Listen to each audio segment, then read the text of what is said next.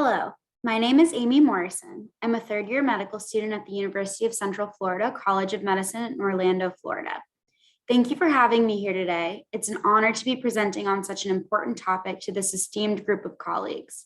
I will be talking today about my poster titled Nutrition Education, Understanding Barriers to Healthy Eating. I worked on this project with Dr. Jacqueline Nienhuis, who is an assistant professor of medicine also at the University of Central Florida College of Medicine. We have no disclosures or conflicts of interest. So with that, let's get started. It's well documented that good nutrition is associated with better health outcomes. Despite large amounts of dollars spent on diet-related issues per year, preventable chronic diseases continue to be a global issue. Furthermore, reducing barriers to better nutrition has been shown to improve many chronic health conditions.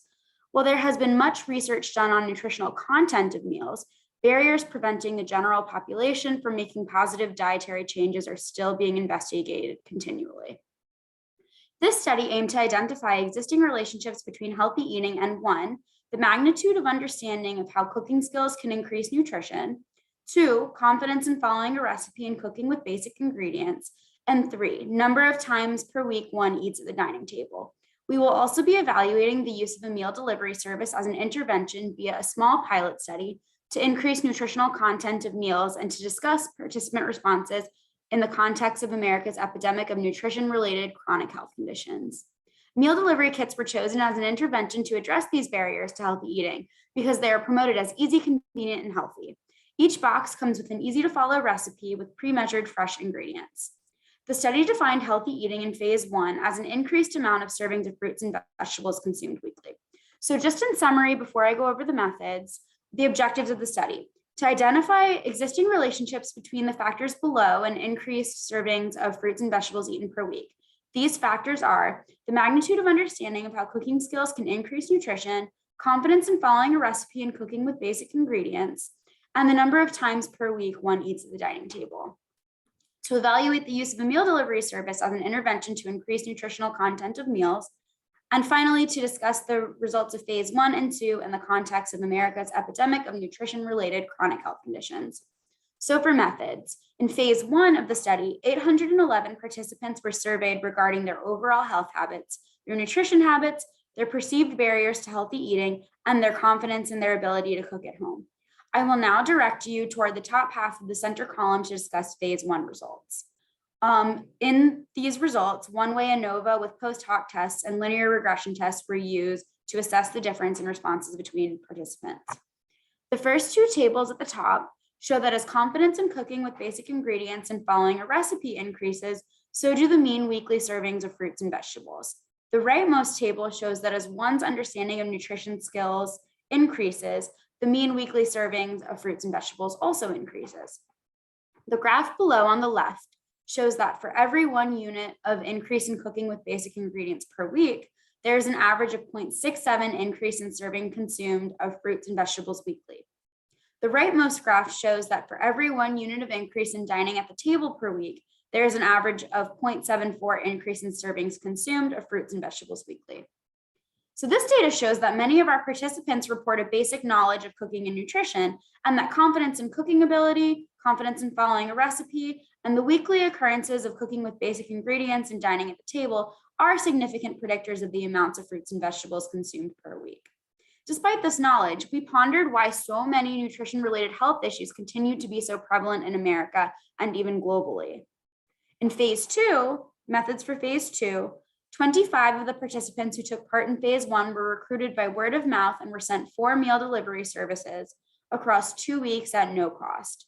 Meal delivery services were, once again, to reiterate, chosen as an intervention because they are marketed as easy, convenient, properly portioned, and healthy. Participants then discussed their experiences using the meal delivery kits with our team.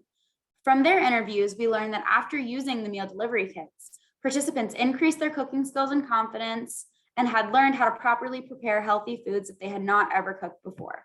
I will share 2 examples of participants that highlight the results.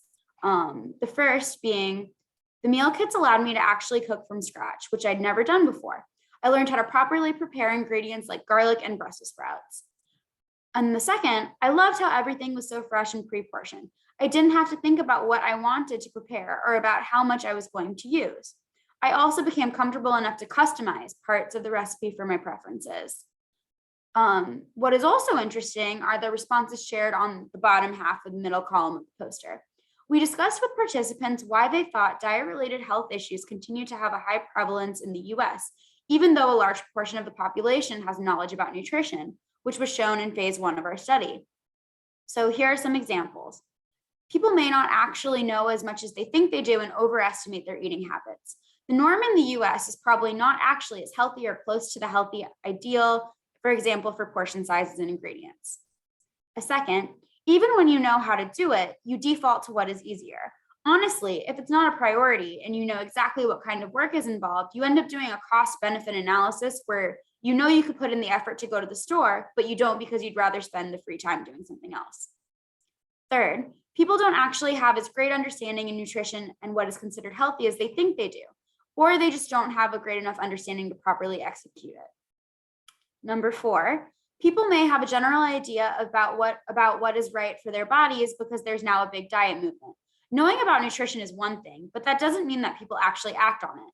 Some people have the choice to be able to buy healthy foods and join expensive gyms, but others don't have that luxury.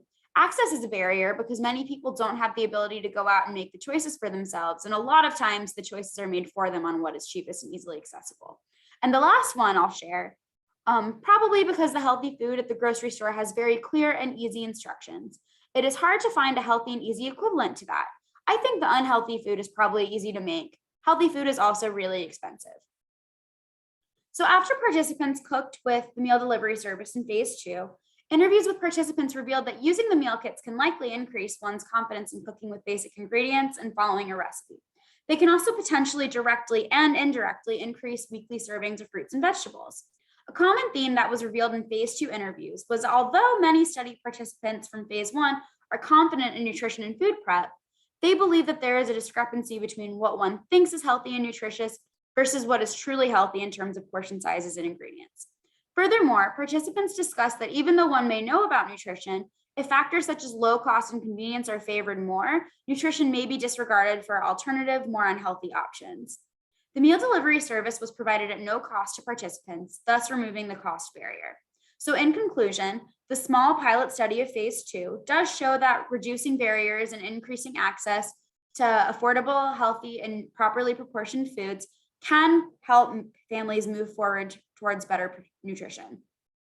So I'll now conclude this presentation with the limitations and future directions of the study.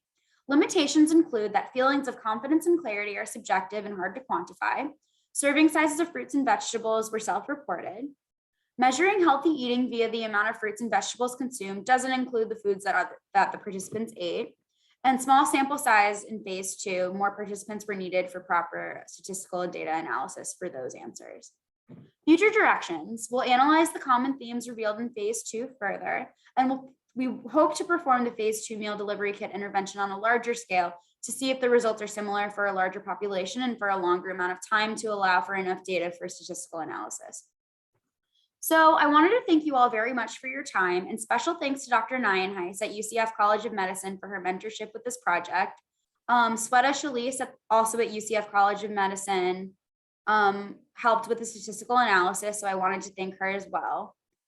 Thank you everybody here once again for allowing me the opportunity to present my work at this conference, and please contact me with any questions you might have.